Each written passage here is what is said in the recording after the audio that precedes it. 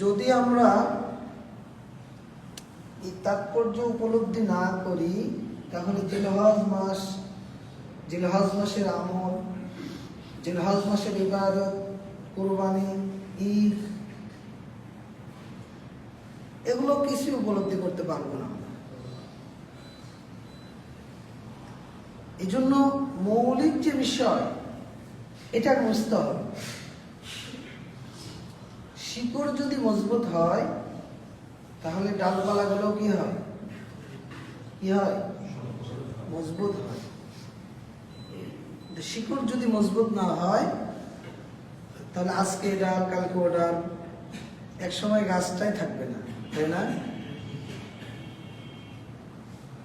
আমাদের সামনে কুরবানি, জিলহজ মাস চলছে, কিন্তু আমরা এটাকে উপলব্ধি করতে পারিনি এখন পর্যন্ত।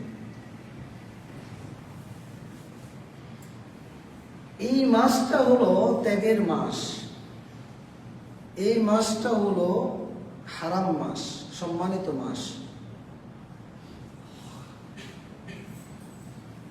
আল্লাহ রাব্বুল আলামিন বলেন, ইয়াউমা লা ইয়ানফাউ মালুন ওয়ালা বানুন, কিয়ামতের ময়দানে মাল এবং সম্পদ কোনোটাই উপকারে আসবে না। মাল মানে বোঝেন তো নাকি? আপনার জীবনের যত ইনকাম আপনার বাপের পক্ষ থেকে পেয়েছেন এবং নিজে যা করছেন, বাড়ি গাড়ি জমি টাকা পয়সা ধন দৌলত সবগুলো হলো মাল। আর বানুন আপনার পরিবার, আপনার স্ত্রী, আপনার এবং আপনার স্ত্রীর মাধ্যমে ঐরস জাতীয় সন্তান, ছেলে এবং মেয়ে, এই দুইটা নিয়ে তো আমরা ব্যস্ত, তাই না? আমাদের চিন্তা ফিকির ভবিষ্যৎ পরিকল্পনা এই দুইটাকে কেন্দ্র করে তো, নাকি এর বাইরে কিছু আছে? আরে কথা বলেন না, বাইরে কিছু আছে? থাকলে বলবেন যে হ্যাঁ আছে, হুজুর এটা আছে। কোনটা সেটা? এর বাইরে কিচ্ছু নাই। আপনি চাকরি করেন, ব্যবসা করেন, বাড়ি করছেন, আর একটা করবেন, কেন? আপনার সন্তান তিনটা, তাই দুইটা হয়েছে, আর একটা করতে হবে। আপনার দৈনিক খরচ 1000 টাকা, আপনি ইনকাম করছেন 700 টাকা, তাহলে 300 টাকা বাড়াতে হবে, কেন? আপনার আহালকে চালাতে হবে। এগুলোই তো টেনশন, তাই না? আল্লাহ আপনার টেনশন আপনাকে মুক্ত করে দিচ্ছে, যে তুমি দুনিয়া নিয়ে যদি টেনশনে থাকো তাহলে এই মাল এবং আহালের জন্য তোমার যে টেনশন, এই দুনিয়ার আহাল এবং মাল দিয়ে আখিরাতের কোনো উপকার হবে না। ইয়াউমা লা ইয়ানফাউ মালুন ওয়ালা বানুন ইল্লা মান আতাল্লাহা বিকলবিন সালিম, তবে ওই ব্যক্তি ব্যতীত যে আল্লাহর নিকট পড়তে হবে, আল্লাহর কাছে আসবে, আল্লাহর সামনে দাঁড়াবে, বিকলবিন সালিম, অনুগত হৃদয় নিয়ে, প্রশান্ত হৃদয় নিয়ে, আত্মত্যাগী হয়ে নিজেকে কুরবান করে বিশুদ্ধ হৃদয় নিয়ে, ওই ব্যক্তি কি তার মাল তার আহার সবগুলো উপকারে আসতে পারে যদি অন্তরটা সালিম হয়, অন্তরটা বিশুদ্ধ হয়। এরপর আল্লাহ রাব্বুল আলামিন বলছেন, ওয়াসলিফাতিল জান্নাতু লিল মুত্তাকিন ওয়া বুররিজাতিল জাহিমু লিল গাফিলিন, যারা মুত্তাকি, যাদের অন্তর হবে সালিম, তাদের জন্য জান্নাতকে নিকটবর্তী করা হবে। আর যাদের অন্তর হবে রোগাক্রান্ত, অসুস্থ, অপরাধী, পাপাচারী, তাদের জন্য জাহান্নামকে উন্মুক্ত করা। সালাফগণ বলছে যে কিয়ামতের ময়দানে ওই ব্যক্তি, ধরেন আপনি বা আমি, যখন আল্লাহর সামনে বিচারের সম্মুখীন হবেন, তখন আল্লাহকে বলবেন যে আল্লাহ, মানে এই দুনিয়া ভর্তি, দুনিয়া ছোট না, জানেন বাংলাদেশ একটা ছোট্ট রাষ্ট্র, বেড়া একটা ছোট্ট উপজেলা, শাহপাড়া ছোট্ট একটা পাড়া। আপনার যদি এই মসজিদ ভর্তি স্বর্ণ থাকে, পৃথিবীতে এমন কেউ আছে যে মসজিদ ভর্তি স্বর্ণ আছে? কারো না।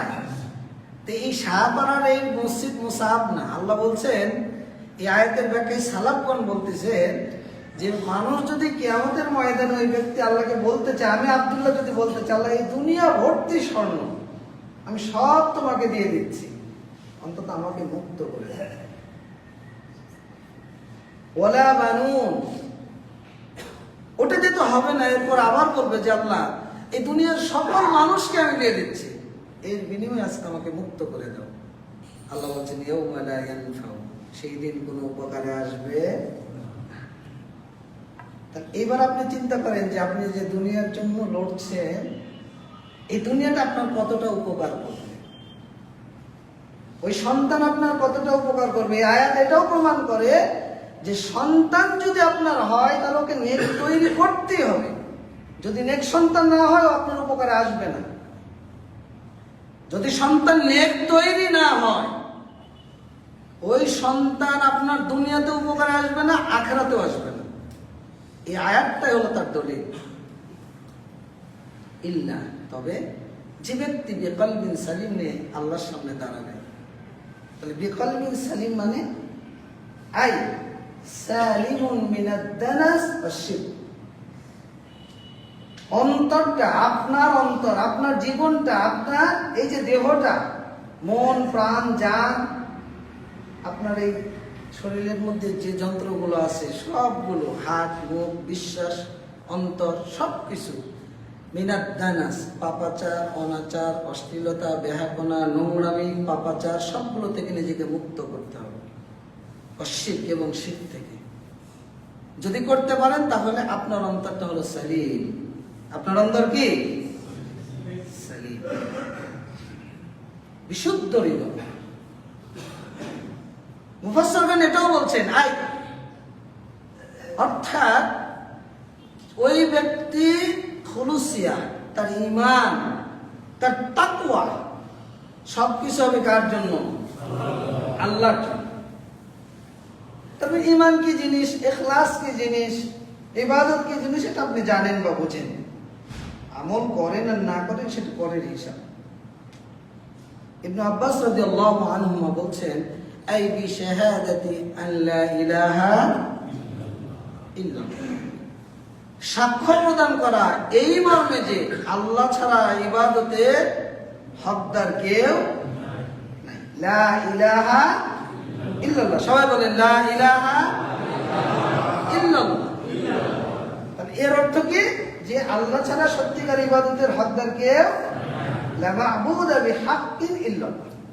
তো এটার মানে আপনি কি বোঝেন? এটার অর্থ আপনি কি বুঝেছেন? একটা হলো লা ইলাহা, আর একটা হলো ইল্লাল্লাহ। নেই কোনো ইলাহ। আমাদের কি কোনো ইলাহ আছে? কোনো মাবুদ আছে? ইল্লাল্লাহ, একমাত্র কে? আল্লাহ। আপনাদের কি কে আছে আল্লাহ ছাড়া কোনো ইলাহ নাই? সত্যি বলছেন তো? সবাই বলেন তো, আপনাদের কি আল্লাহ ছাড়া কোনো ইলাহ আছে? মাশাআল্লাহ, নাই, তাই না? আচ্ছা, আল্লাহ বলে দিচ্ছেন লা ইলাহা, নেই কোনো ইলাহ। এর অর্থটা কি? হিন্দুরা সরস্বতী, ভগবতী, মা কালী, মা দুর্গা, যত কাল্লা তত আল্লাহ, বিশেষ কিছু পেলে এই যে গোমাতা নিয়ে শুরু হয়ে গেছে, গোমাতা নাকি ওদের মা, গরু ওদের মা, এই জন্য মুসলিমদেরকে কোরবানি করতে দেবে না। একজন হিন্দু বলছে যে গোমাতা যদি তোর মাই হয়, আমাদের মাই হয়, তাহলে ও গোয়ালের মধ্যে রশিতে বাঁধা গেল। ওর পেট থেকে তো আমরা হয়েছি, ওর পেট থেকে যে বাছুরটা হয়েছে সেটা আমার ভাই। তাহলে ওই ভাইকে তুমি ওই বেঁধে রেখেছো গোয়ালে, আবার দুধ দহন করছো তার বাছুরটাকে বেঁধে রেখে, তাহলে এটা কেমন মা, কেমন সন্তান? যাই হোক, আমি ওই দিকে যাচ্ছি না। তো ওদের ইলাগুলো এগুলো, আমাদের ইলা কোথায়? আল্লাহ আমাদেরকেও কেন বলতে বললেন যে লা ইলাহা, নেই কোনো ইলাহ? এর অর্থ হলো আল বারাআতু মিন ইবাদাতি কুল্লি মা সিওয়াল্লাহ, আল্লাহকে বাদ দিয়ে যা কিছুর ইবাদত করা হয় সবগুলো থেকে নিজেকে মুক্ত করা। এটা হলো লা ইলাহা ইল্লাল্লাহ। পরে লা ইলাহা আল বারাআতু মিন ইবাদাতি কুল্লি মা সিওয়াল্লাহ, আল্লাহকে বাদ দিয়ে যা কিছুর ইবাদত করা হয় সেখান থেকে নিজেকে কি করা? মুক্ত করা। তা আপনি কি সেটাকে মুক্ত করতে পেরেছেন? যদি না পারেন তাহলে এই যে সাক্ষ্য দিলেন যে আমাদের ইলাকে আল্লাহ, তাহলে এটা মিথ্যা সাক্ষ্য। আমি দু একটা উদাহরণ দেই। আমাদের ইলাহ হলো চারটা। একটা হলো প্রবৃত্তি, মানে ইত্তাখাযা ইলাহু হাওয়াহু, যে তার প্রবৃত্তিকে ইলাহ হিসেবে গ্রহণ করেছে। প্রবৃত্তিকে কিভাবে? মনে করেন টাকনুন্নের যে পুরুষের জন্য কাপড় পরা হালাল না হারাম? আপনি পরেন কি না? যদি পরে থাকেন তাহলে আপনার প্রবৃত্তিকে ইলাহ হিসেবে গ্রহণ করেছেন। সুদ হালাল না হারাম? হারাম। যদি আপনি খেয়ে থাকেন তাহলে প্রবৃত্তিকে ইলাহ হিসেবে গ্রহণ করেছেন। মিথ্যা, প্রতারণা, ঠকবাজি, চাঁদাবাজি, লুটতারাজ, এগুলো হালাল না হারাম? যদি করে থাকেন তাহলে প্রবৃত্তিকে ইলাহ হিসেবে গ্রহণ করেছেন। ফরজ ইবাদত যদি পরিত্যাগ করে থাকেন তাহলে প্রবৃত্তিকে ইলাহ হিসেবে গ্রহণ করেছেন। এই যে একটা মারেন না, এরকম করে একটা টান মারেন না, মারেন না, এটা কি হালাল না হারাম? হারাম। মাসকালা কাসীরুহু ফাকালিলু হারাম, যার অধিক হারাম তার অল্প পরিমাণও হারাম। তার মানে আপনার প্রবৃত্তির চাহিদা অনুযায়ী এটা করছেন। তার মানে লা ইলাহ, আপনি এখান থেকে মুক্ত হতে ইল্লাল্লাহ, একমাত্র আল্লাহ ব্যতীত। তার মানে এই সমস্ত ইলাহদেরকে, এটা কেবল নিজের ক্ষেত্রে, ধর্ম নেতা, সমাজ নেতা, রাষ্ট্র নেতাকে কিভাবে মানে, এটা তো কমন হিসাব।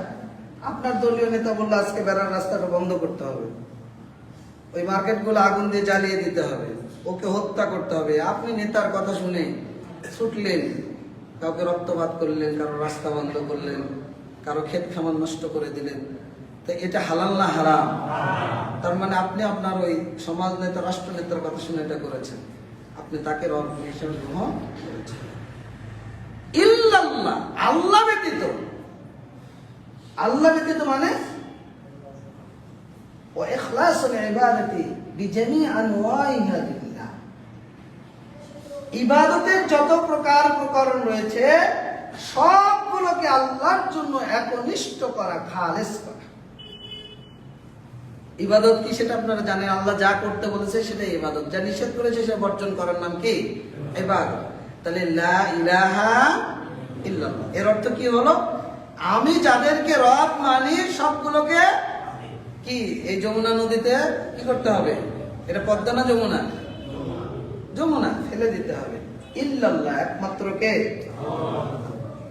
তাহলে আপনি লা ইলাহা ইল্লাল্লাহর মর্ম বুঝেছেন। তাহলে কিয়ামতের দিন আপনি মুক্তি পাবেন। ইয়াউমা লা ইয়ানফাউ মালুন ওয়ালা বানুন ইল্লা মান আতাল্লাহ বিকলবিন সালিম। তাহলে অন্তরটা সালিম হলো, এটা হলো অর্থ। এই লা ইলাহা ইল্লাল্লাহর শর্ত রয়েছে 8টি। এই 8টি শর্ত আপনার মধ্যে থাকতে হবে। এক, আল ইলম, জানা, যেটা আপনার অজ্ঞতা দূর করবে। আল ইয়াকিন, বিশ্বাস, যেটা আপনার সন্দেহ দূর করবে। আসিদকু, সত্যায়ন, যেটা মিথ্যা প্রতিপন্ন করার বিপরীত, মিথ্যাকে দূর করে দেবে। আল কবুল, গ্রহণ করা, ইসলামের বাহিরে কোন মতবাদ, দর্শন, সবগুলোকে আপনাকে কি করতে হবে? পরিত্যাগ করতে হবে, গ্রহণ করতে হবে কি? আল্লাহর পক্ষ থেকে আনিত বিধান। 5, আল ইখলাস, খুলুসিয়াত, যেটা রিয়ার বিপরীত, যেটা শিরকের বিপরীত। সেটা কি? খুলুসিয়াত মানে বোঝেন তো? বিড়ি খাচ্ছেন মনে করেন, আপনি কি হালাল মনে করেই খাচ্ছেন, আপনি কি ওটা মসজিদে এসে খেতে পারবেন? খান তো একটু দেখি, কত বুকের পাট, আপনি এখানে একটু ধরে খান না, দেখেন জনগণ আপনার পিঠটা ঠিক রাখে কিনা। পিঠ কি ঠিক রাখবে? মনে করেন আমি খাই, আমি একটু ধরায় একটু টান মারি আর খুতবা দেই, আপনাদের ভালো লাগবে? এই মেম্বারে কি আমার জায়গা হবে?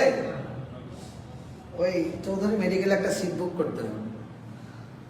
খুলুসিয়াত এমন একটা জিনিস, এখন আমি খাই, আপনাকে দেখলাম, দেখে লুকিয়ে ফেললাম, কিন্তু ভয়টা করা দরকার ছিল কাকে? জুমার দিন সালাত করতে আসছি, 5 ওয়াক্ত সালাত 7 দিন পড়ি না। আর জুমার দিনে আসছি কেন? ছুটির দিন, চাকরি ছেড়ে আসছি বাড়িতে। এখন জুমার নামাজও যদি মসজিদে না আসে, লোকজন বলবে যে জুমার নামাজও পড়লি না। এই জন্য আসছি। যদি এই উদ্দেশ্য হয় তাহলে এটা ইখলাসের বিপরীত। একমাত্র ইবাদত করতে হবে কার জন্য? আল্লাহর জন্য। 6, আল মুহাব্বা, ভালোবাসা। আল্লাহর জন্য ভালোবাসতে হবে, আল্লাহর জন্য পরিত্যাগ করতে হবে। দুনিয়ার যে কিছুকে আপনি ভালোবাসেন, যাকে আপনি ভালোবাসেন না কেন, শ্রদ্ধা করেন না কেন, কার জন্য হতে হবে? কিছু পরিত্যাগ করলে কার জন্য? আল্লাহর জন্য। 7 আল-ইনকিয়াদ, আত্মসমর্পণ। আত্মসমর্পণ মানে আল্লাহ যেভাবে যে অবস্থায় আপনাকে কোন নির্দেশ দিয়েছে, সমাজের দোহাই, রাষ্ট্রের দোহাই, পরিস্থিতির দোহাই, ক্ষমতার দোহাই, যে দোহাই আপনি দেন না কেন, ওই দোহাই আপনার কাছে টিকবে। আল-ইনকিয়াদ ওয়া আনিবু ইলা রাব্বিকুম, যখনই আপনি শুনেছেন ইসলামের এই বিধান আল্লাহ দিয়েছে আমার জন্য, সামি'না ওয়া আতা'না, কোনো কাজ নেই, কোনো কাজ নেই, কোনো কি নেই, অজুহাত নেই। এই অজুহাতে আমি করতে পারিনি, এই অজুহাতে আমি সালাতে আসতে পারিনি, এই অজুহাতে আমি যাকাত দিতে পারিনি, এই অজুহাতে আমি হজ করতে পারিনি, এই অজুহাত আল্লাহ দেখবেন। আর আল কুফর, অস্বীকার করা, কুল্লু মা উবিদা মিন দুনিল্লাহ, আল্লাহকে বাদ দিয়ে যা কিছুর ইবাদত করা হয় সব কিছুকে কি করা? নাকচ করা। এই যে 8টি শর্ত, এই 8টি শর্ত যদি আপনার মধ্যে থাকে তাহলে আপনি মুসলিম, আপনি মুমিন। এরপরে আল্লাহ রাসূলের ব্যাপারে 7টি শর্ত, এই 8-7 কোনটা শর্ত আপনার মধ্যে আছে, এরপর আপনার সালাত, আপনি সালাত ঠিক আছে, এরপর আপনার যাকাত, আপনার যাকাত ঠিক আছে, এরপর আপনার সিয়াম, আপনার সিয়াম ঠিক আছে, এরপর আপনার হজ। আপনার তাওহীদ ঠিক নেই, সালাত ঠিক নেই, যাকাত ঠিক নেই, প্রত্যেক বছর আপনি হজ করতে যান। আরে আপনি 1 বছর কেন, সারা জীবন যদি হজ করেন, ওই হজ দিয়ে জান্নাত পাওয়া যাবে। এই যে বিকলবিন সালিম বিশাহাদাতি আন লা ইলাহা ইল্লাল্লাহ, যদি আপনার অন্তর ওই অন্তর হয়, তাহলে কিয়ামতের দিন আপনিও মুক্তি পাবেন, আমিও পাবো। আল্লাহ রাব্বুল আলামিন ইব্রাহিম আলাইহিস সালামকে বললেন, ইদ ক্বালা লাহু রাব্বুহু আসলিম ক্বালা আসলামতু লিরাব্বিল আলামিন, যে ইব্রাহিম তুমি আত্মসমর্পণ করো। ইব্রাহিম আলাইহিস সালাম বললেন, আসলামতু লিরাব্বিল আলামিন, আমি আল্লাহর জন্য, সারা জাহানের প্রতিপালক আল্লাহর জন্য আমি নিজেকে কুরবান করে দিলাম, আত্মসমর্পণ করলাম, মানে আমি মুসলিম হয়ে গেলাম। এই আত্মসমর্পণটা কেমন ছিল? এটা সূরা বাকারা 131 নম্বর আয়াত। আল্লাহ রাব্বুল আলামিন সূরা সাফফাত 84 নম্বর আয়াতে বলছেন, ইজ জাআ রাব্বাহু বিকলবিন সালিম, ইব্রাহিম আলাইহিস সালাম বিশুদ্ধ হৃদয় নিয়ে আল্লাহর কাছে আত্মসমর্পণ করেছিল। তো বিকলবিন সালিমের ব্যাখ্যা তো দিলাম, তাহলে আর নতুন করে দেওয়ার দরকার নাই। তাহলে আল্লাহ সাক্ষ্য দিচ্ছেন ইব্রাহিমের আত্মসমর্পণটা কেমন ছিল, বিকলবিন সালিম। আল্লাহ রাব্বুল আলামিন ইব্রাহিম আলাইহিস সালামকে বললেন, ইব্রাহিম তোমার সমাজ, তোমার পিতা আল্লাহর ইবাদত বাদ দিয়ে মূর্তি পূজা, চন্দ্র পূজা, নক্ষত্র পূজা এগুলো নিয়ে ব্যস্ত। তুমি তোমার পিতার কাছে যাও, তাওহীদের দাওয়াত দাও, এই কালিমার দাওয়াত দাও, তাওহীদের দাওয়াত দাও। এই দাওয়াত সকলের জন্য ফরজ, শুধু ইব্রাহিমের জন্য না, নবী মুহাম্মদ সাল্লাল্লাহু আলাইহি ওয়াসাল্লামের জন্য না, এটা আপনার জন্য ফরজ, আমার জন্য ফরজ, পৃথিবীর সকল মানুষের জন্য। ফাআলাম আন্নাহু লা ইলাহা ইল্লাল্লাহ, সূরা মুহাম্মদ 19 নম্বর আয়াত। আল্লাহ বলেন, তুমি আগে জানো কে তোমার রব, কে তোমার ইবাদতের হকদার, কে তোমার সত্যিকার মাবুদ, এটা তুমি আগে জানো, এটা আপনার জন্য ফরজ। কেউ যদি আল্লাহকে চিনতে না চায়, আল্লাহকে জানতে না চায়, এই কালিমার মর্ম বুঝতে না চায়, তাহলে ও হলো জাহেল, আর জাহেলরা হলো প্রকৃত কাফির। আপনি কয়েকদিন চেনার চেষ্টা করেছেন, লা ইলাহা ইল্লাল্লাহ কয়েকদিন বোঝার চেষ্টা করেছেন, শুধু তো আসে না, যান, মন যা চায়, আবেগ যা চায়, বিবেক যা বলে সে অনুযায়ী জীবনকে পরিচালনা করেন। কিন্তু ইসলাম কি বলে, ঈমান কি বলে, তাওহীদ কি বলে, মর্মটা কি, এটা উপলব্ধি করার চেষ্টা আমরা কয়েকদিন করি বা কয়েকদিন করার চেষ্টা করি। আল্লাহ রাব্বুল আলামিন বললেন, যাও পিতার কাছে দাওয়াত দাও তাওহীদের। সূরা মারিয়াম 42, 43, 44, 45, 46 নম্বর আয়াত। আল্লাহ রাব্বুল আলামিনের নির্দেশ অনুযায়ী পিতার কাছে গেলেন, ইয়া আবাতি লিমা তা'বুদু মা লা ইয়াসমাউ ওয়া লা ইউবসিরু ওয়া লা ইউগনি আনকা শাইআ। পিতাকে গিয়ে বলছেন, পিতা কিসের ইবাদত করেন যে শুনতে পায় না, যে দেখতে পায় না, যে উপকার করতে পারে না? আল্লাহর পক্ষ থেকে আমার নিকট ওহী এসেছে, আপনি সেটার অনুসরণ করুন। ইয়া আবাতি ইন্নী আখাফু আইয়ামাসসাকা আযাবুম মিনার রাহমান, আমি ভয় পাচ্ছি আল্লাহর আযাব আপনাকে ধরে ফেলবে। আমি ভয় পাচ্ছি আপনি শয়তানের অনুসরণ করবেন না। শয়তানের অনুসরণ করতে গিয়ে আপনি মূর্তি পূজা, তারকা পূজা, নক্ষত্র পূজা যেগুলো উপকার করতে পারেন, আপনি সেগুলোর ইবাদত করবেন না। এইবার পিতা বলছে যে ক্বালা রাগিবুন আনতা আন আলিহাতি ইয়া ইব্রাহিম লাইন লাম তানতাহি লাআরজুমান্নাকা ওয়াহজুরনি মালিয়া। ইব্রাহিম, তুমি নাকি ধর্মের বিরোধিতা করছো, তুমি নাকি ধর্মের বিরুদ্ধে কথা বলছো, মূর্তি পূজার বিরুদ্ধে কথা বলছো। লাইন লাম তানতাহি ইয়া ইব্রাহিম, ইব্রাহিম তুমি যদি এই দাওয়াত, এই পথ, এই পন্থা তুমি পরিহার না করো, লাআরজুমান্নাকা, এই যে পাথর দিয়ে তোমার মাথাকে আমি চূর্ণ বিচ্ছিন্ন করে দেব। ওয়াহজুরনি মালিয়া, বের হয়ে যাও, তোমার মতো সন্তানের প্রয়োজন। বের করে দিলেন পিতা। কাকে বলেন? কাকে? ইব্রাহিমকে। ইব্রাহিম আলাইহিস সালামকে সন্তান, তাওহীদের দাওয়াত দেওয়ার পর আল্লাহ রাব্বুল আলামিন বললেন যাও সমাজের কাছে। সমাজের কাছে গেলেন। সূরা আনকাবুত 16 এবং 17 নম্বর আয়াত আল্লাহ রাব্বুল আলামিন বলেন, ওয়া ইব্রাহিম ইদ ক্বালা লিকাওমি উবুদুল্লাহ ওয়াত্তাকু যালিকুম খায়রুল লাকুম ইন কুনতুম তা'লামুন। কওমের কাছে গিয়ে বললেন যে তোমরা আল্লাহর ইবাদত করো, তা আল্লাহকে ভয় করো, এটাই তোমাদের জন্য কল্যাণকর। ইন্নামা তা'বুদুনা মিন দুনিল্লাহি আওসানান ওয়া তাখলুকুনা ইফকান, তোমরা আল্লাহকে বাদ দিয়ে মূর্তি পূজা করছো, তোমরা এটা মিথ্যা রচনা করছো। যারা আল্লাহকে বাদ দিয়ে অন্য কিছুর ইবাদত করে তারা তোমাদের রিজিকের মালিক। আমাদের রিজিকের মালিক কে? আল্লাহ। সবাই বলেন আমাদের রিজিকের মালিক কে? আল্লাহ। তাহলে প্রবৃত্তির দাসত্ব কেন? প্রবৃত্তি চায় একটু চুরি করতে যান, একটু ঘুষ খান, একটু সুদ খান, একটু চাঁদা খান। প্রবৃত্তির অনুসরণ কেন করে? আপনার আমার রিজিকের মালিক কে? আল্লাহ। ইব্রাহিম আলাইহিস সালাম সমাজকে বললেন তোমরা ওই আল্লাহর ইবাদত করো যে আল্লাহ তোমাদেরকে সৃষ্টি করেছে, যে আল্লাহ তোমাদেরকে রিজিক দেন। তোমরা এমন কোন মিথ্যা কিছুর ইবাদত করো না যারা তোমাদের রিজিকের মালিক। সমাজের লোকজন বলছে ক্বালু বাল ওয়াজাদনা আবাআনা কাযালিকা ইয়াফআলুন, আরে আমরা তো আমাদের বাপ, চাচা, দাদা, 14 পুরুষকে এই উপরে পেয়েছি, এই ধর্মের উপরে পেয়েছি, এই বিশ্বাসের উপর পেয়েছি, তারা তো এটাই করতো। কাযালিকা ইয়াফআলুন, আমরাও এটাই করব। তারাও ইব্রাহিম আলাইহিস সালামকে প্রত্যাখ্যান।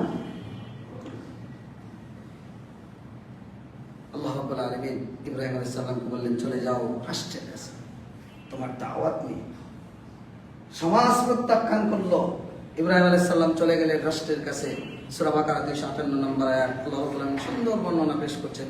লম্বা কাহিনী আল্লাহ রাব্বুল আলামিন কোরআনের মধ্যে সংক্ষিপ্ত ছিন্ন ভিন্ন ভাবে বিভিন্ন জায়গায় বিভিন্ন প্রেক্ষাপটে আলোচনাগুলো পেশ করেছেন। যে ইব্রাহিম আলাইহিস সালাম তার রবের ব্যাপারে তর্ক চলছে নমরুদের সাথে। এক পর্যায়ে ইব্রাহিম আলাইহিস সালাম বললেন রব্বি আল্লাযী ইউহয়ী ওয়া ইউমীত, আমার প্রতিপালক তিনি, যিনি জীবন দান করেন, যিনি মৃত্যু দান করেন। নমরুদ বলছে আনা উহয়ী ওয়া উমীত, আরে আমি জীবনদাতা, আমি মৃত্যু। মনে করেন বাংলাদেশের রাষ্ট্রপ্রধান যদি মনে করে যে আপনাকে একটা অপরাধী করে সাব্যস্ত করে ফাঁসির আদেশ দিয়ে আপনাকে মৃত্যুদণ্ড কার্যকর করলো, আর চাইলে আপনাকে মৃত্যুদণ্ড থেকে আবার খালাস করে দিল। এখন যদি রাষ্ট্রনেতা মনে করে যে আমি জীবনদাতা, আমি মৃত্যুদাতা, নমরুদ সেটাই মনে করেছিল, আনা ওয়াহয়ী ওয়া উমীত, আমি জীবনদাতা, আমি মৃত্যুদাতা। ইব্রাহিম আলাইহিস সালাম বললেন যে আমার প্রতিপালক তিনি, যিনি সূর্যকে পূর্ব দিগন্ত উদয় ঘটায়, যদি তুমি ফাতি বিহা মিনাল বাদ, তাহলে তুমি আজকে পশ্চিম দিগন্ত উদয় ঘটাও। ফাবুহিতাল্লাযী কাফার, নমরুদ হতভম্ব হয়ে গেল। কারণ তার শক্তি আছে, তার তো সেই শক্তি নেই। তখন কি করবে? যুক্তি যেখানে অচল, সৃষ্টি সেখানে সচল। যুক্তি নেই কিন্তু লাঠির জোর আছে, শক্তির জোর আছে। তখন সমাজের প্রত্যেক নেতৃত্ব স্থানীয় তাদেরকে ডাকলো, দেখে বলছে হাররিকুহু আনসুরু আলিহাতাকুম ইন কুনতুম ফাইলিন, তোমরা যদি তোমাদের ইলাদেরকে সহযোগিতা করতে চাও তাহলে এই ইব্রাহিমকে আগুনের মধ্যে অগ্নিদগ্ধ করে একে হত্যা করো। স্বাভাবিক মরণ নয়, জুলুম করে, অত্যাচার করে আগুনের মধ্যে ফেলে তোমরা কি শেষ করে দাও, অগ্নিদগ্ধ করে একে হত্যা। সকলেই ঐক্যমত পোষণ করলো যে এ তো ফিতনা। কারণ সমাজে সেই মূর্তিগুলো ভেঙে চুরমার করে বড় মূর্তিটার ঘাড়ে কুড়ালটা রেখে এসেছিল। এইবার সবার সদস্য গিয়ে দেখছে যে সব মূর্তি ভাঙ্গা, বড় মূর্তিটার কুড়ালটা তার ঘাড়ের উপর। আলোচনা করছে কে এটা করলো। তখন একজন বলছে যে একজন যুবক মূর্তির বিরুদ্ধে কথা বলছিল। ইব্রাহিম সূরা আম্বিয়ার মধ্যে আল্লাহ পেশ করেছেন 52 নম্বর থেকে একবারে 70 আয়াত পর্যন্ত, বিশাল ঘটনা। ইব্রাহিম, ওই বালকের নাম ইব্রাহিম, একজন ফাতা, একজন যুবক। ডাকা হলো, ইব্রাহিম তুমি এগুলো করেছো? আচ্ছা আমাকে কেন বলছো? ওই যে বড় মূর্তিটা, তাকে জিজ্ঞাসা করো। ও তো কথা বলতে পারে না। তাহলে যে কথা বলতে পারে না, যে উপকার করতে পারে না, তাহলে তোমরা তাকে ডাকো কেন? তার ইবাদত করো না। দেখেন কত সুন্দর যুক্তি, দালিলের যুক্তি। সকলে ঐক্যমত পোষণ করলো যে ইব্রাহিমকে আর রাখা যাবে। বিশাল অগ্নিকুণ্ড তৈরি করা হলো। এবার আগুনের মধ্যে ফেলে হত্যা করা। যখন আগুনের মধ্যে ইব্রাহিম আলাইহিস সালামকে ফেলে দেওয়া হচ্ছে, ইব্রাহিম আলাইহিস সালাম আল্লাহর উপর তাওয়াক্কুল, আল্লাহর উপর ভরসা করে তিনি যখন আগুনের মধ্যে নিক্ষিপ্ত হচ্ছেন, হাসবুনাল্লাহ ওয়া নি'মাল ওয়াকিল, আল্লাহ আমার জন্য যথেষ্ট, তিনি কতই না সুন্দর তত্ত্বাবধায়ক। আল্লাহ রাব্বুল আলামিন ইব্রাহিম আলাইহিস সালামের এই ঈমান, তার এই তাকওয়া, আল্লাহর প্রতি তার এই ভরসা, আল্লাহ রাব্বুল আলামিন আসমান থেকে আগুনকে ডাক দিয়ে বললেন, ইয়া নারু কুনি বারদাও ওয়া সালামা আলা ইব্রাহিম, হে আগুন তুমি ইব্রাহিমের জন্য নরমদায়ক, শান্তিদায়ক হয়ে যাও। সেই দিন আগুন ইব্রাহিমের একটি পশম অগ্নিদগ্ধ করতে পারেনি। রক্ষা করেছেন কে? আল্লাহ। বলেন রক্ষা করেছেন কে? আল্লাহ। ভরসা করেছিলেন কার উপর? আল্লাহ। বাতিলের নিকট আপোষ করেনি। আপনি আমি হলে তো নমরুদকে বলতাম, ঠিক আছে রে ভাই, আমি আর তোর বিরুদ্ধে কথা বলবো না, আমি মূর্তি পূজার বিরুদ্ধে কথা বলবো না, ঠিক আছে আমাকে মুক্ত করে দে। কিন্তু ইব্রাহিম আলাইহিস সালাম তাওহীদের নিকট মাথা নত করেছেন, বাতিলের নিকট নয়। অগ্নিদগ্ধ হওয়ার পরে, আগুনের মধ্যে নিক্ষিপ্ত হওয়ার পরে যার প্রতি তিনি আত্মসমর্পণ করেছিলেন, সে আল্লাহর প্রতি তিনি ভরসা করে একটি বাক্য উচ্চারণ করলেন, হাসবুনাল্লাহ ওয়া নি'মাল ওয়াকিল। আল্লাহ রাব্বুল আলামিন তাকে রক্ষা করেন। পিতা বের করে দিলেন, সমাজ পরিত্যাগ করলো, রাষ্ট্র তাকে আগুনের মধ্যে ফেলে দিল। আল্লাহ রাব্বুল আলামিন বললেন, ইব্রাহিম এই শহরে থাকার কোনো প্রয়োজন নেই, তুমি বাবেল ইরাক শহর ত্যাগ করে তুমি কেনানে চলে যাও, ফিলিস্তিনে চলে যাও। ইব্রাহিম আলাইহিস সালাম যখন নিজ শহর থেকে বের হচ্ছেন, তখন তিনি আল্লাহর প্রতি যে তাওয়াক্কুল, আল্লাহর প্রতি তার ভরসা, তিনি আল্লাহর প্রতি তাওয়াক্কুল করে বের হয়ে চলে গেলেন। বলছেন যে ওই আল্লাহ যিনি আমাকে সৃষ্টি করেছেন, তিনি আমাকে পথ দেখাবেন, তিনি আমাকে রিজিক দিবেন, তিনি আমাকে খাদ্য দান করবেন। ওয়াইদা মারিস্তু ফাহুয়া ইয়াশফিনি, আমি যখন অসুস্থ হব তিনি আমাকে শিফা দান করবেন। শিফা দানের মালিক কে? আল্লাহ। রিজিকের মালিক কে? আল্লাহ। আমরা যে পান করি, যে রিজিক ভক্ষণ করি, এই রিজিকের মালিক কে? আল্লাহ। আল্লাহ। দৈনিক তো কতবার আপনি খান, কতবার আপনি খান, আপনি তো একবার চিন্তা করেন না। কিন্তু আসলো কিভাবে, কে রিজিক দাতা, তার জন্য আপনার শুকরিয়া আদায়টা কতটুকু। চলে গেলেন ফিলিস্তিনে, দুর্ভিক্ষ দেখা দিল, স্ত্রীর সাথে, পরিবার সাথে রিজিকের সন্ধানে তিনি চলে গেলেন মিশরে।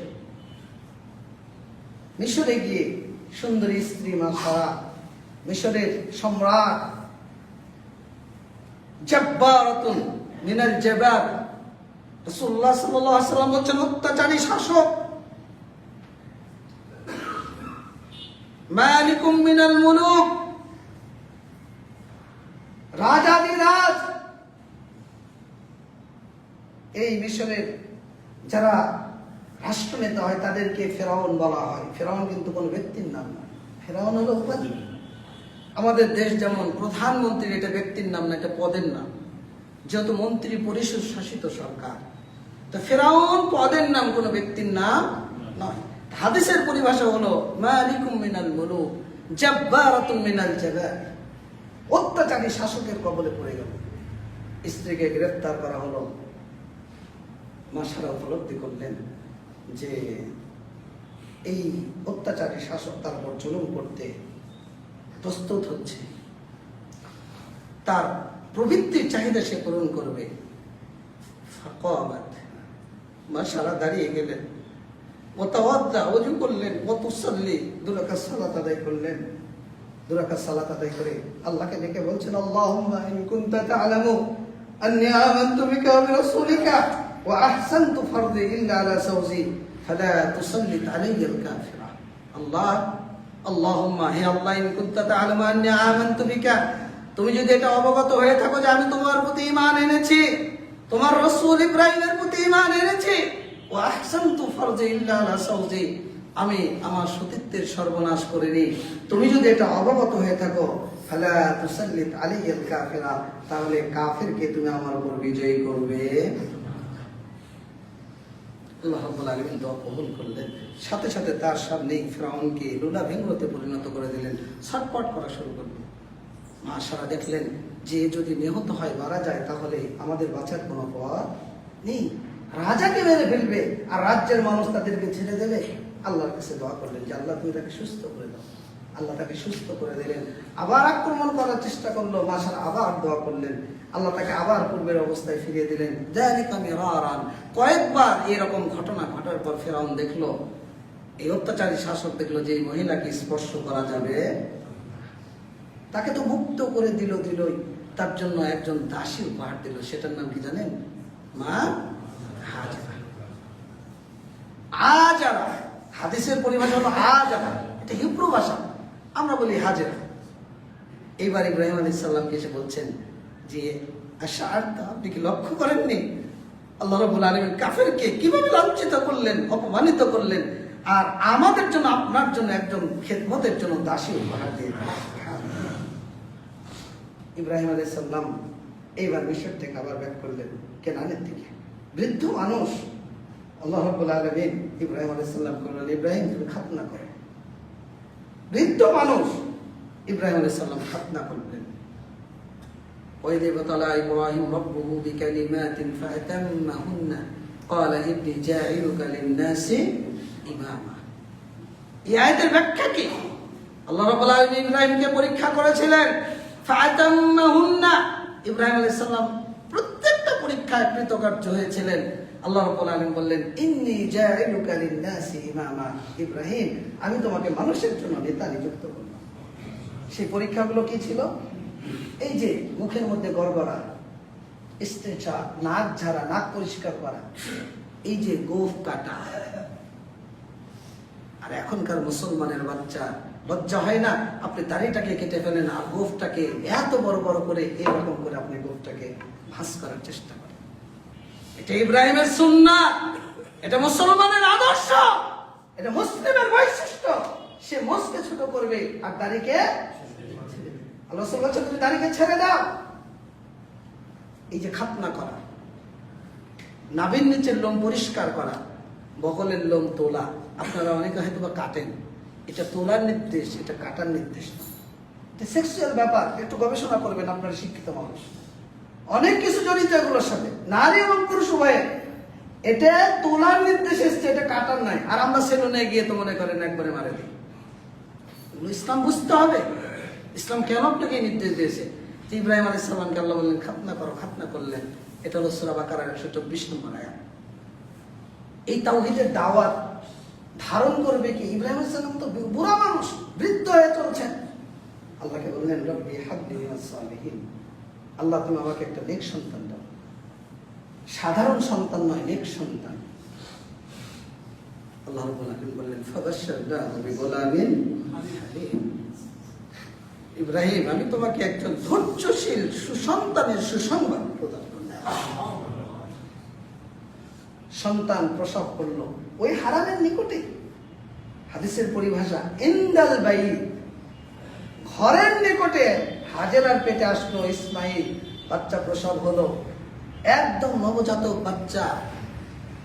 সামান্য মা হাজেরার কাছে খেজুর আর সামান্য মশকে কিছু পানি। আসমান থেকে আবার নির্দেশ চলে আসলো, ইব্রাহিম তুমি তোমার স্ত্রী সন্তানকে মরুভূমির মধ্যে রেখে তুমি চলবে। আল্লাহর আদেশ পাওয়ার সাথে সাথে স্ত্রী সন্তান মরুভূমিতে রেখে তিনি চলে যাচ্ছেন। হাজির আলাইহিস সালাম দেখলেন যে স্বামী চলে যাচ্ছে, কোথায় যায়? সন্তানকে রেখে পিছনে পিছনে দৌড়াচ্ছেন। আইনা তাযহাবু ইয়া ইব্রাহিম, আইনা তাযহাবু ইয়া ইব্রাহিম, ইব্রাহিম তুমি কোথায় যাচ্ছ? ওয়াতাতরুকুনা বিওয়াদিন লাইসা ফীহি ইনসুন ওয়ালা শাইউন, তুমি এমন এক উপত্যকায়, এমন এক মরুভূমির মধ্যে রেখে যাচ্ছ যেখানে কোনো মানুষ নেই, কোনো কিছুই নেই। আইনা তাযহাব ইয়া ইব্রাহিম, ইব্রাহিম তুমি কোথায় যাচ্ছ? ইব্রাহিম জবাব দেয় না। রাসূল সাল্লাল্লাহু আলাইহি ওয়াসাল্লাম বলছেন যালিকা মিরারান, ইবনে আব্বাস থেকে বর্ণিত, যালিকা মিরারান, হাজেরা বারবার আকুতি মিনতি করতে লাগলেন, ইব্রাহিম জবাব দেয় না। হাজেরা আলাইহিস সালাম বললেন যে আল্লাযী আমারাকাল্লাহু বিহাদা, ইব্রাহিম এটা কি আল্লাহর আদেশ মরুভূমির মধ্যে রেখে চলে যাচ্ছ? ইব্রাহিম আলাইহিস সালাম বললেন না, ইশারা দিয়ে যে হ্যাঁ এটা আল্লাহর আদেশ। বলার সাথে সাথে হাজেরা বলছেন ইদাল লা ইউদাইউনা, ইব্রাহিম যদি এটা আল্লাহর আদেশ হয় আল্লাহ আমাদেরকে ধ্বংস করবে। কি ঈমান, কি তাদের ত্যাগ, কি তাদের কুরবানি! যদি আল্লাহর আদেশ হয়, এই মরুভূমি, এই পাথরের মরুভূমি, কোনো লোকালয় নেই, কোনো খাবার নেই, কোনো মানুষ নেই, যদি আল্লাহর আদেশ হয় ইব্রাহিম আল্লাহ আমাদেরকে ধ্বংস করবে। ইব্রাহিম আলাইহিস সালাম চলে গেলেন, যেখান থেকে স্ত্রী সন্তানকে আর দেখা যায় না, এমন এক উপত্যকায় পৌঁছে গেলেন। তিনি বাইতুল্লাহর দিকে মুখ করে আসমানের থেকে দুই হাত তুলে কেঁদে কেঁদে আল্লাহকে বলছেন রব্বানা ইন্নী আসকানতু মিন যুররিয়্যাতি বিওয়াদিন ইনদা বাইতিকাল মুহাররাম রব্বানা লিয়ুকিমুস সালাহ ফাজআল আফইদাতাম মিনান নাসি তাহদি ইলাইহিম warzuqhum মিনাস সামারাত লাআল্লাহুম ইয়াশকুরুন। প্রতিবার আমি আমার স্ত্রী সন্তান এমন এক উপত্যকায় রেখে এসেছি যেখানে কোনো মানুষ নেই, যেখানে কোনো লোকালয় নেই, যেখানে কোনো খাদ্যের ব্যবস্থা রব্বানা লিয়ুকিমুস সালাহ, আল্লাহ আমি এই কারণেই রেখে এসেছি যাতে সালাত কায়েম করে, তোমার তাওহীদ বাস্তবায়ন করে। আল্লাহ ফাজআল আফইদাতাম মিনান নাসি তাহদি ইলাইহিম, তুমি কিছু মানুষের অন্তরকে তাদের দিকে ফিরিয়ে দাও। ওয়ারযুকহুম মিনাস সামারাত, এবং তাদেরকে বিভিন্ন ফল ফলাদি দ্বারা তাদের রিজিকের ব্যবস্থা করো। ইব্রাহিম আলাইহিস সালাম আল্লাহর কাছে দোয়া করে তিনি চলে গেলেন। মা হাজেরা ফিরে আসলেন সন্তানের কাছে। সন্তান ছটপট করছে ক্ষুধার যন্ত্রণায়, সামান্য খেজুর শেষ। যেখানে বাইতুল্লাহ ঠিক ওই জায়গার ওই হলো জমজম, যেটা এখন আপনি দেখতে পাবো না। যারা আগের মানুষ তারা দেখেছে, এখন আর দেখার কোনো সুযোগ নেই। হারাম থেকে প্রায় 3 তলা বিশিষ্ট নিচে, আরো নিচে জমজমের অবস্থান। তিনি সেখান থেকে সাফা মারওয়া, সাফা পাহাড়ের দিকে তাকালেন। হারাম থেকে সাফার দূরত্ব কত মিটার হতে পারে? 200 মিটার। এটা আমি আমার আইডিয়াতে বলছি। তিনি দৌড় দিলেন, পানি চিকচিক করছে। আপনারা যখন রোডে গাড়ি নিয়ে যান দেখবেন যে রোডের উপর চিকচিক করে, পানির মতো করে না? করে না? আর এটা তো পাহাড়, পাথর, শুধু পাথর আর পাথর। মক্কার আশেপাশে, মদিনার আশেপাশে, সৌদি আরবের আশেপাশে যারা গিয়েছেন দেখেছেন সাফা শহর, তারপরে তায়েফ শহর কত উঁচু, একবারে ভূপৃষ্ঠ থেকে সব পাথর আর পাথর। ঠিক হারামটা ওই রকম অবস্থায় ছিল। এখন হারামের পাশে যে পাহাড়গুলো আছে কেটে কেটে রাস্তা করা হচ্ছে, বিল্ডিং করা হচ্ছে, সবগুলোই পাথর। দৌড় দিলেন সাফাতে, গিয়ে পানি পেলেন না। সাফা থেকে দৌড় দিলেন মারোয়াতে, পানি পেলেন না। আবার সাফা থেকে মারোয়া, মারোয়া থেকে সাফা, সাফা থেকে মারোয়া, মারোয়া থেকে সাফা। 7 বার যখন তার দৌড়ানো শেষ হলো, আসমান থেকে, আকাশ থেকে একটা আওয়াজ আসলো। তাকে অভয় বাণী দেওয়া হলো। আল্লাহ রাব্বুল আলামিন জিবরিল আমিনকে পাঠিয়েছেন। জিবরিল তার পাখার আঘাতে ইসমাইলকে যেখানে রেখেছিলেন শোয়া অবস্থায়, ওখানে তিনি আল্লাহ রাব্বুল আলামিন জিবরিল পাখার মাধ্যমে জমজম পানির ব্যবস্থা করে দিলেন। ওই যে ইব্রাহিম আলাইহিস সালাম আদর্শ পিতা, আল্লাহর আদেশ শুনে স্ত্রী সন্তানকে মরুভূমির মধ্যে রেখে চলে গেলেন। ওয়ারযুকহুম মিনাস সামারাত, আল্লাহকে বললেন আল্লাহ তুমি ফল ফলাদি দ্বারা রিজিকের ব্যবস্থা করে দাও। ওই যে জমজম পানির ব্যবস্থা হয়ে গেল, খাদ্যের ব্যবস্থা হলো। মা হাজেরা চতুর্দিকে ভাত বেঁধে দিলেন। রাসূলুল্লাহ সাল্লাল্লাহু আলাইহি ওয়াসাল্লাম বলছেন আল্লাহ উম্মে ইসমাইলের মায়ের প্রতি রহম করুন। সেই দিন ইসমাইলের মা চতুর্দিকে যদি ভাত বেঁধে না দিত, তাহলে জমজমটা নাহারান মাইনান একটা প্রকাশ্য নহরে রূপান্তরিত হয়ে যেত। এই পানি দেখে ওই যে জোরহাম গোত্র সিরিয়া থেকে যাচ্ছিল ব্যবসায়িক কাফেলা, তারা দেখলো পাখি উঠছে, কি ব্যাপার, তারা লোকালয় আছে, নাহলে মানুষ আছে, নাহলে খাদ্যের ব্যবস্থা আছে, মরুভূমির মধ্যে পাখি কেন আসবে? এসে তারা ইসমাইল এবং তার মাকে নিয়ে গেল, তারা ওখানে বসতি শুরু করলো। এই জোরহাম গোত্র থেকে আল্লাহ আমাদের সবচেয়ে বড় নিয়ামত রাহমাতুল লিল আলামিন মুহাম্মদুর রাসূলুল্লাহ সাল্লাল্লাহু আলাইহি ওয়াসাল্লামকে আমাদের জন্য নিয়ামত স্বরূপ দান করলেন। ইব্রাহিম আলাইহিস সালাম চলে গেলেন তার দাওয়াতি কাফেলায় শাম দেশে।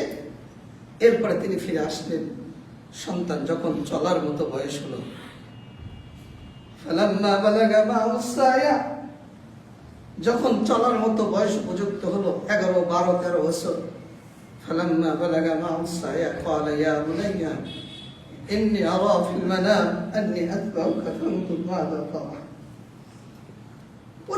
পরীক্ষা, নির্দেশ আর নির্দেশ। আল্লাহ স্বপ্ন দেখালেন, ইব্রাহিম তুমি তোমার সন্তান কি কুরবানি করছো? ইব্রাহিম আলাইহিস সালাম দ্বিধাদ্বন্দ্বে পড়ে গেলেন। এই জন্য এই দিনকে বলা ইয়াউমুত তারবিয়া। পরের দিন আবার স্বপ্ন দেখলেন, তিনি নিশ্চিত হলেন নবীদের স্বপ্ন হলো ওহী। তিনি নিশ্চিত হলেন, এই জন্য এই দিনকে বলা ইয়াউমুল আরাফা। আরাফার দিন, নিশ্চিত হওয়ার দিন, যেটা আমাদের দেশে আগামী মঙ্গলবার 26 তারিখ, তাই না? 26 তারিখে অবশ্যই সিয়াম রাখবেন ইনশাআল্লাহ। একদিন আগের এবং 1 বছর আগের এবং 1 বছর পরের গুনাহ মাফ হয়ে যাবে, কাফফার হয়ে যাবে, গুনাহ মাফ হবে। তো নিশ্চিত হলেন যে এটা আল্লাহর আদেশ। এবার সন্তানকে ডেকে বলছেন, ইয়া বুনাইয়া ইন্নী আরা ফিল মানাম আন্নী আযবাহুকা ফানজুর মাযা তারা। বৎস, আমি স্বপ্ন দেখলাম যে আমি তোমাকে কুরবানি করছি, এই ব্যাপারে তোমার মতামত কি? পিতা এই কথা শুনে সন্তান বলছে, ইয়া আবাতি ফাল মা তু'মার সাতাজিদুনি ইনশাআল্লাহু মিনাস সাবিরিন। হে পিতা, আল্লাহর পক্ষ থেকে আপনি যা আদিষ্ট হয়েছেন আপনি সেটাই বাস্তবায়ন করুন। ইনশাআল্লাহ, আল্লাহ চাইতো আপনি আমাকে ধৈর্যশীলদের একজন অন্তর্ভুক্ত পেয়ে দেবেন। ফালাম্মা আসলামা ওয়া তাল্লাহু লিল জাবিন, আল্লাহ রাব্বুল আলামিন বলছেন যে ফালাম্মা আসলামা, অতঃপর দুইজনই আত্মসমর্পণ করলো আল্লাহর নিকট। সন্তান শুয়ে পড়েছেন জবাইকৃত হওয়ার জন্য, আর পিতা অস্ত্র হাতে নিয়েছেন সন্তানকে কুরবান করার জন্য। فلما أسلم وتله للجبين وناديناه أن يا إبراهيم। আল্লাহ রাব্বুল আলামিন আসমান থেকে ইব্রাহিম আলাইহিস সালামকে ডাক দিয়ে বলছেন, ইব্রাহিম তুমি তোমার স্বপ্নকে সত্যে রূপান্তরিত করেছো। وصدقت الرؤيا إنا كذلك نجزي المحسنين। আমরা মুহসিনদেরকে এইভাবে পুরস্কৃত করে থাকি। وفديناه بذبح عظيم। আমরা ইব্রাহিমের পরিবর্তে একটা উত্তম একটা কুরবানির ব্যবস্থা করে দিলাম। ওয়াতারাকনা আলাইহি ফিল আখিরিন। এবং কিয়ামত পর্যন্ত যত মানুষ আসবে সকল মানুষের জন্য আল্লাহ এটাকে কিয়ামত পর্যন্ত জারি রেখে দিলেন। সুবহানাল্লাহ। এই যে আগামী বৃহস্পতিবার যে কুরবানিটা আপনি করবেন, এটা গোশত খাওয়ার কুরবানি নয়।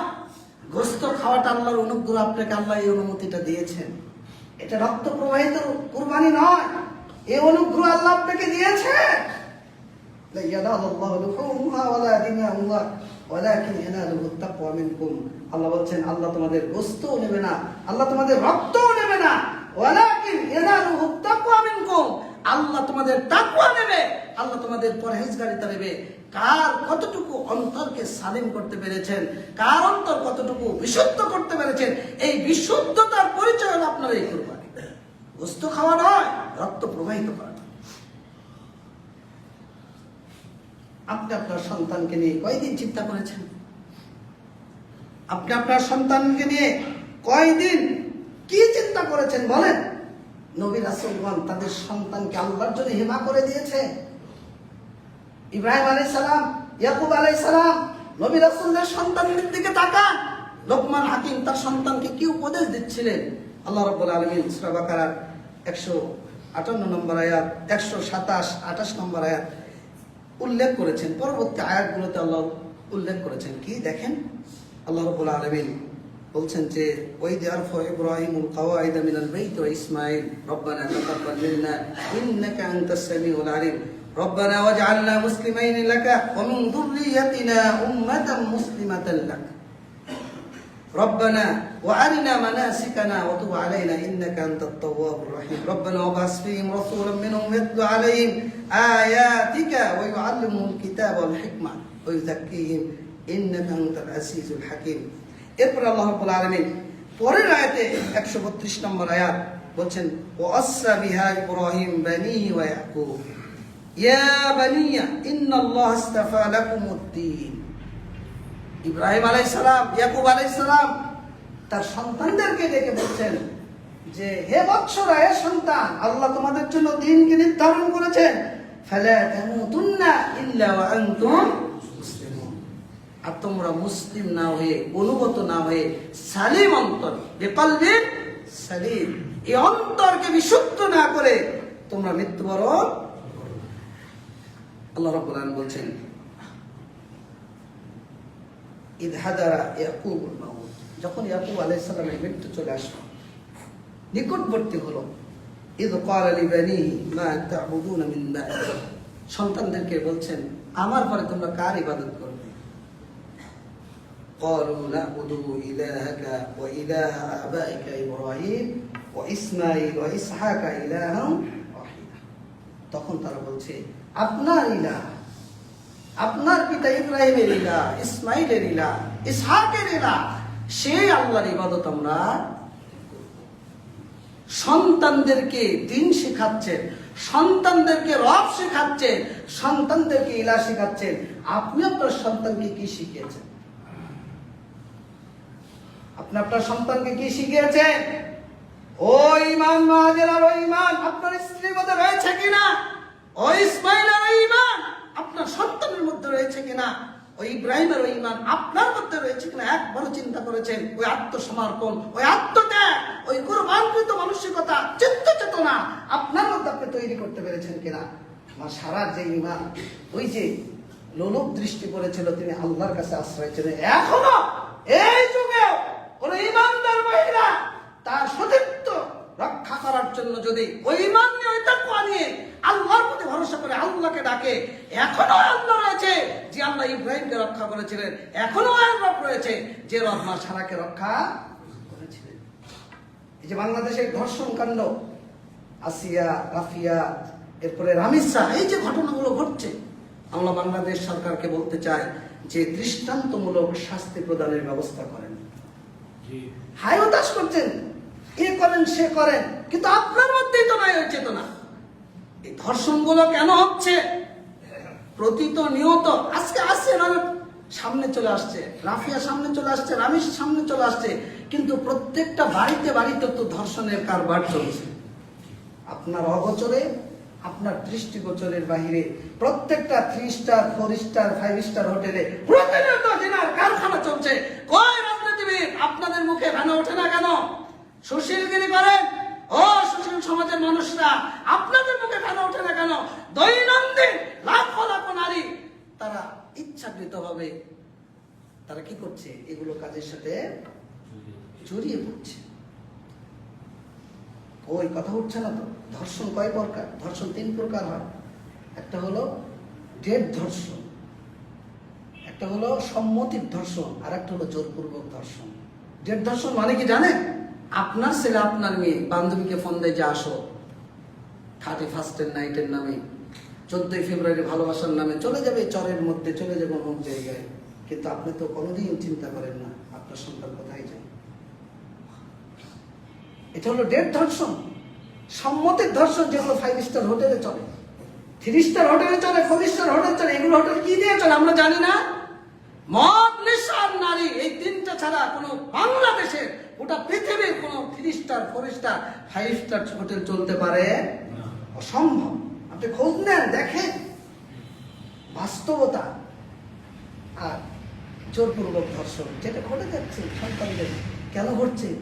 আপনার বাড়িতে মোবাইল ডিশ, আপনার সন্তান দেখছে, দেও দেখছে, নিশা হাকার অবস্থা, নিশাখোর, নিশা খেতে খেতে ওর মাথায় অবস্থা খারাপ। এখন যাকেই পাচ্ছে তাকেই টার্গেট করে। এটা একদিনে ঘটে না, এটা ধীরে ধীরে ঘটে।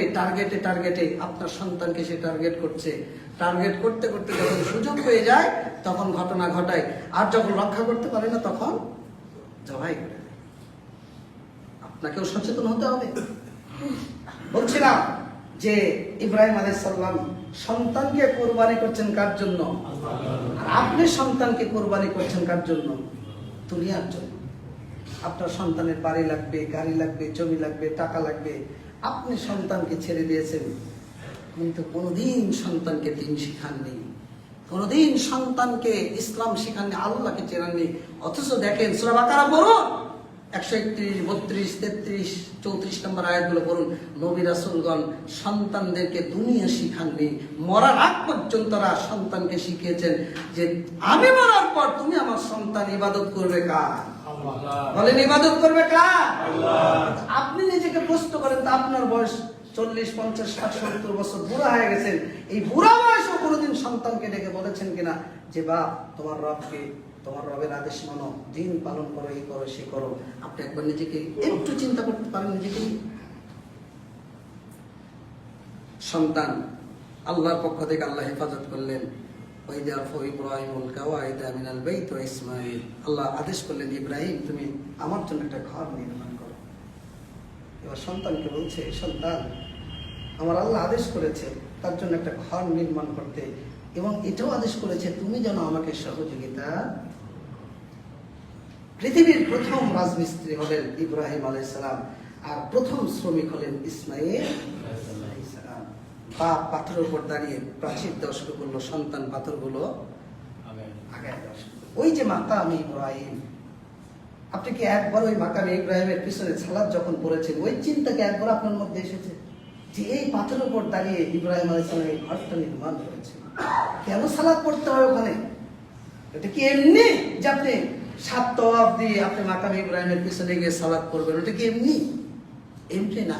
আজকে যে বাইতুল্লাহ, এই যে কাল দিন পর থেকে শুরু হবে হজের মৌলিক কার্যক্রম, আপনাকে প্রথমে গিয়ে কি করতে হবে?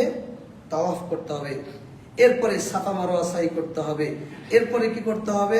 জমজমের পানি তার আগে খেতে হবে, মাকামে ইব্রাহিমে সালাত পড়তে হবে, হাজরা আসওয়াদে চুমা দিতে হবে, এরপরে আরাফা, মিনা, মুজদালিফায় অবস্থান করতে হবে, ওই জামরায় গিয়ে পাথর নিক্ষেপ করতে হবে, এরপরে নাহার মিনায় গিয়ে কোরবানি করতে হবে। সবগুলো ইব্রাহিম এবং তার পরিবারের সাথে সম্পৃক্ত। ওই যে হাজেরা দৌড়াইছে, আল্লাহ ওটাকে রেখে দিলেন। ইব্রাহিম আলাইহিস সালাম ওয়ালিনা মানাসিকানা, যখন বাইতুল্লাহ তৈরি হয়ে গেল, রব্বানা তাকাব্বাল মিন্না, বাপ বেটা দোয়া করলেন, আল্লাহ তুমি আমাদের পক্ষ থেকে কবুল করো। আল্লাহ রাব্বুল আলামিন ইব্রাহিমকে বললেন ওয়াআদ্দিন ফিন নাস বিল হজ, ইব্রাহিম তুমি হজের ঘোষণা দিয়ে দাও। মুফাসসিরগণ বলছেন ইব্রাহিম আলাইহিস সালাম প্রশ্ন করলেন, আল্লাহ মরুভূমির মধ্যে মানুষ তো নাই, ঘোষণা তো দিব কিন্তু লোক কই? মুফাসসিরগণ বলছেন যে আল্লাহ বললেন ঘোষণা দায়িত্ব দেওয়া হলো তোমার, আর প্রতিষ্ঠা করার দায়িত্ব কার? দাওয়াত দাও আপনার, আপনি দাওয়াত দিতে থাকেন। নিজেকে প্রশ্ন করেন তো, এই শাহপাড়ায় বেড়া আপনি কয়জনকে দাওয়াত দিয়েছেন? হকের দাওয়াত কয়জনকে দিয়েছেন? তাওহীদের দাওয়াত কয়জনকে দিয়েছেন? দ্বীনের দাওয়াত কয়জনকে দিয়েছেন? আপনি তো শুধু বাধা দেওয়ার জন্য রয়েছেন। যারা হক মানতে চায় তাদেরকে তো শুধু বাধাই দিচ্ছেন, তাদের পথকে রক্ষা করার চেষ্টা করছেন। কিন্তু যে দাওয়াতটা আপনার জন্য ফরজ, ওই দাওয়াতটা আপনি কয়জনকে দিয়েছেন? কয়জনকে দিয়েছেন? ইব্রাহিম আলাইহিস সালাম আজ থেকে 5,500 বছর পূর্বে হজের ঘোষণা দিলেন, লোক ছিল না। আজকে হারামের দিকে তাকান, লক্ষ লক্ষ মানুষ। এই রমাজানে প্রায় 3 কোটি মানুষ ঢুকেছিল হারামের মধ্যে। কত কোটি? 3 কোটি। এই যে মক্কা মদিনায় চলছে লাব্বাইক আল্লাহুম্মা লাব্বাইক, লাব্বাইক লা শারীকা লাকা, এই যে তাওহীদের ঘোষণা আপনিও শুরু করবেন। এটা আমাদের চলমান, কিন্তু জিলহজ মাসের প্রথম দিন থেকে চলমান। আল্লাহু আকবার, আল্লাহু আকবার, লা ইলাহা ইল্লাল্লাহ, আল্লাহু আকবার, আল্লাহু আকবার, ওয়ালিল্লাহিল হামদ। এই ঘোষণার অর্থ কি? ওই যে লা ইলাহা ইল্লাল্লাহ, কিন্তু উপলব্ধি তো করি না। এই জিলহজ মাসের যত চেতনা রয়েছে, যত কার্যক্রম রয়েছে, সব ইব্রাহিমের চেতনা, সব ইব্রাহিমের স্ত্রী মা হাজেরা মা সারার চেতনা, সব ইব্রাহিমের সন্তান ইসমাইলের চেতনা। এই জন্য আল্লাহ রাব্বুল আলামিন বললেন ওয়াতারাকনা আলাইহি ফিল আখিরিন, আমি কিয়ামত পর্যন্ত সকল মানুষের জন্য এটাকে অবশিষ্ট রেখে দিলাম। আল্লাহ শুধু এখানেই থেমে যাননি। সূরা মুমতাহিনার 4 নম্বর আয়াত আল্লাহ বলছেন কদ কানাত লাকুম উসওয়াতুন হাসানাহ ফি ইব্রাহিম ওয়াল্লাযীনা মাআহু, ইব্রাহিম এবং তার পরিবারের মধ্যে তোমাদের জন্য রয়েছে অনুকরণীয় অনুসরণীয় আদর্শ। উসওয়া বলা হয় আল কুদওয়া, যেটা অপরিহার্য, আপনি আমি মানতে বাধ্য। একটা ইব্রাহিম আলাইহিস সালাম, তার পরিবার এবং মুহাম্মদ রাসূলুল্লাহ সাল্লাল্লাহু আলাইহি সাল্লাম, যেটা সূরা আহজাব 21 নম্বর আয়াত বলছেন লাকাদ কানা লাকুম ফি রাসূলিল্লাহি উসওয়াতুন হাসানাহ। তাহলে আমরা কোন হাসানা অনুসরণ করছি? এই যে খুতবা শুনলাম, বের হয়ে যাব, এই কান্দে শুনেছি, এই কান্দে কি করে দেব? এই জন্য শুধু গোস্ত খাওয়ার জন্য কুরবানি নয়, এই চেতনা আপনাকে বুঝতে হবে। যে চেতনার আলোচনা 1 ঘন্টা ধরে আমরা করলাম, বিকলবে বলেন, বিকলবে, এর অর্থ কি? কি বুঝলেন বলেন? এর অর্থটা কি বুঝলেন? মানে আপনাকে আমাকে আল্লাহ তাওহীদের নিকট আত্মসমর্পণ করা, আল্লাহ যেটা করতে বলেছে সেটা করা, যেটা নিষেধ করেছে সেটা বর্জন করা। ইব্রাহিম আলাইহিস সালামের উদাহরণ তো আল্লাহ পেশ করলেন। কি করলেন? আবার আপনাদের স্মরণ করে দিচ্ছি। আল্লাহ বললেন পিতার কাছে যাও, গেলেন, পিতা বের করে দিলেন, মাথা মতো করেননি। সমাজের কাছে গেলেন, সমাজ প্রত্যাখ্যান করলো, মাথা মতো করেননি। আল্লাহ বললেন রাষ্ট্রের কাছে যাও, রাষ্ট্র আগুনের মধ্যে ফেলে দিল, মাথা মতো করেননি। চলে গেলেন কেনানে, কেনান থেকে চলে গেলেন মিশরে, মিশর থেকে বিপদে পড়লেন, রক্ষা করলেন কে? ফেরার পথে বুড়া বয়সে আল্লাহ বললেন খাতনা করো, খাতনা করলেন, প্রশ্ন তোলেননি। সন্তান হলো, সন্তান চাইলেন বুড়া বয়সে, আল্লাহ বললেন সন্তানকে মরুভূমির মধ্যে রেখে চলে যাও, চলে গেলেন, আল্লাহর কাছে দোয়া করলেন। আবার যখন ফেরত আসলেন, সন্তান তখন বড় হলো, আল্লাহ বললেন এবার সন্তানকে কুরবানি করো। আল্লাহকে বলেন আল্লাহ কেন করবো? এটার নাম বিকলবে, এটার নাম কি বলেন? বিকলবে, বিশুদ্ধ হৃদয়। তাহলে আপনার হৃদয় কেমন বলেন? আপনাকে আল্লাহ বললেন বিড়ি খেও না, আল্লাহ বলেছে না বলেনি? এখন আপনি খাবেন না খাবেন না? কথা বলছেন না কেন? খাবেন না খাবেন না? আজকে তওবা করতে হবে। যারা যারা খান বলেন খাবেন না খাবেন না? সবাই হাত তোলেন, কে কে খাবেন না হাত তোলেন দেখি। হাত তুলে সাক্ষ্য দেন যে খাবো না। যারা খান বলেন খাবো না। হাসবেন না, এটা হাসার জন্য না, আমি আলোচনার বিষয়বস্তু আপনাকে বোঝাচ্ছি। আজকে ফজরের কাতারে কয়জন লোক ছিল? 2 কাতার। তাহলে মসজিদ ভরে গেল। তাহলে ফজরে কারা কারা আসেন না? হাত তোলেন, বলেন ফজরের কাজে দেব না। দেখে এবার হাত তোলেন দেখি, আল্লাহকে সাক্ষ্য দেন, বলেন ফজরের সালাত জামাত কাজা দেব না। বলেন হাত তোলেন, হাত তোলেন, বলেন আল্লাহ তোমাকে সাক্ষী রেখে বলছি ফরজ সালাত আর কোনোদিন কাজা করব না, জামাতে অংশগ্রহণ করব ইনশাআল্লাহ। করবেন তো? যদি না করেন আমার কিচ্ছু যায় আসে না, আমার কিচ্ছু যায় আসে না, ধরা খাবেন আপনি। কিন্তু আমি চাই আমরা একসাথে জান্নাতে যেতে চাই। আপনি কি যেতে চান না চান না? বলেন কোনোদিন মানুষের অন্যায় করব না। করবেন? টাকনোর নিচে কাপড় পরবো না, হারাম খাবো না। হারাম খান কে কে? হারাম খান সবাই বলেন। তাহলে আল্লাহকে একটু সাক্ষী দিয়ে বলেন, হাত তুলে বলেন আজ থেকে আর কোনো হারাম ভক্ষণ করবো না। হাত তুলে আজ থেকে আর কোনোদিন হারাম খাবো না। সেটা সুদ হোক, ঘুষ হোক, চাঁদাবাজি হোক, লুটতরাজ হোক। চাঁদাবাজ তো ভালো ইনকাম একটা, তাই না? রাজনীতিবিদরা আবার আমার উপর রাগ করবেন যে হুজুর আবার আমাদের বিরুদ্ধে কথা বলছে। আমি আপনাদের বিরুদ্ধে কথা বলছি না, ওটা আপনার জন্য কাল হয়ে দাঁড়াবে। ওটা আপনার জন্য কি কাল হয়ে দাঁড়াবে। আল্লাহ আমাদেরকে বোঝার তৌফিক দান করুন। কার উপর জুলুম করতে যায় না। একজনের 1 টাকা নিয়েছেন মানে কি আপনি জালেম হয়ে থাকলেন। কিয়ামতের দিন সালাত করেছেন, আল্লাহ বলবে দে ওই 1 টাকার বিনিময়ে আগে দে। ওটা দিয়ে পূরণ যদি না হয় আল্লাহ বলবেন যে তার কাছ থেকে অপরাধগুলো, পাপগুলো আপনার উপর চাপিয়ে দিয়ে আল্লাহ তাকে মুক্ত করবে। লাভ কার? আপনার না আমার?